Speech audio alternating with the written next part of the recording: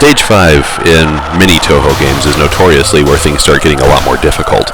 I took on all of the prior stages without too much trouble, and which is not really anything deserving of praise on my part. Again, these are all the easiest stages, and I had several chances to practice at every single one of them and all the bullet patterns before this replay that I'm showing you here. But things do get quite a bit more difficult for Stage 5 and Stage 6, so this is going to be a good opportunity to start talking about a little bit more detail of the gameplay mechanics that tend to make up Touhou as a whole. Now, we already discussed the basics, and a lot of the basics are already assumed just by the top-down shooter genre. I've got a shot that goes up. I grab power-up items that make the shot more powerful. I've got those little blue point items that help increase my score.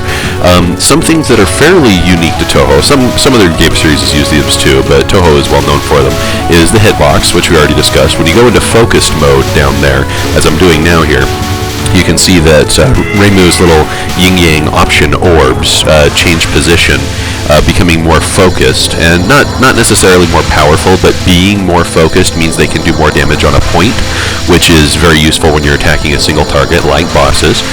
Focusing is also very important because it helps your character. Oh, and just as a note there, that's the first time I died. That was my first death in this whole replay here.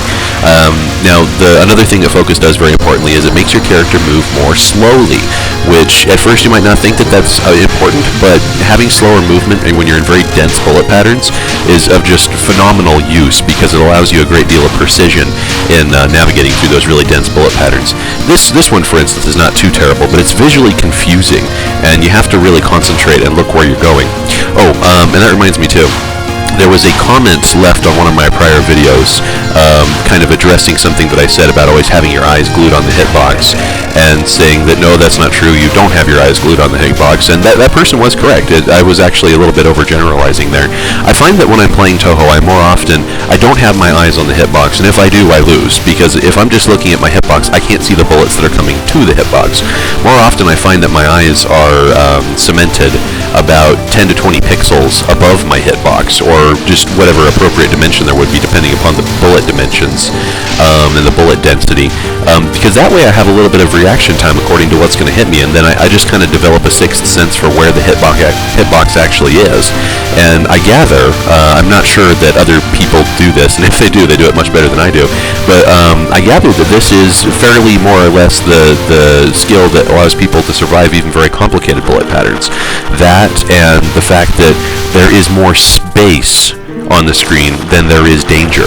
I mean, if you take a look at any of these bullet patterns, even the densest of them, you will see that there is much more empty room on the screen than there is anything else. Just as a side note, Aureen, her.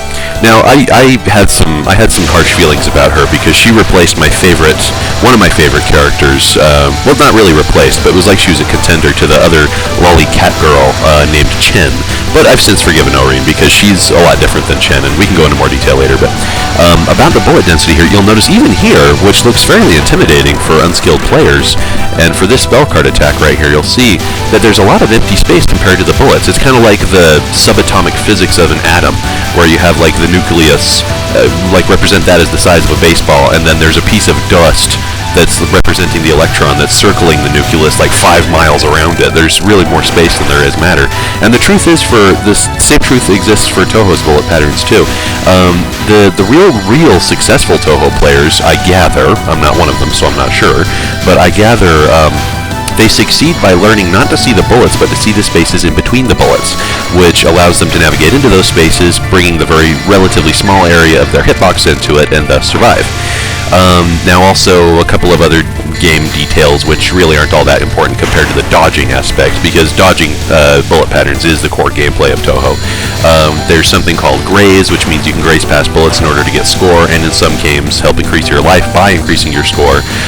There are bombs, which are your character's version of spell cards, which have many different effects depending upon the games that you're in. It will often clear the screen of bullets, damage the enemy, make you temporarily invulnerable, or all of the above. In this game, thankfully, it's pretty forgiving both in the sense of lives and bombs. because I get a 1/5 of a life for every boss bullet pattern that I clear, spell card or otherwise. Oh, and spell cards. We can't go talk about Touhou without details on spell cards. I keep saying that, but what a spell card is, for those who don't already know, is it's just basically a fancy name for a high-level boss attack. Spell cards are identified by the fact that they're usually more difficult than regular bullet patterns. You get a fancy "pooah" sound effect and the character's portrait arc over the top of the effect, over the top of the screen there. And if you beat it without either getting hit or bombing, you get a significant bonus, and that's called capturing the spell card. All these things are basically Touhou in a nutshell. The rest of it is really not hard to figure out. Grazing the hitbox and all of that.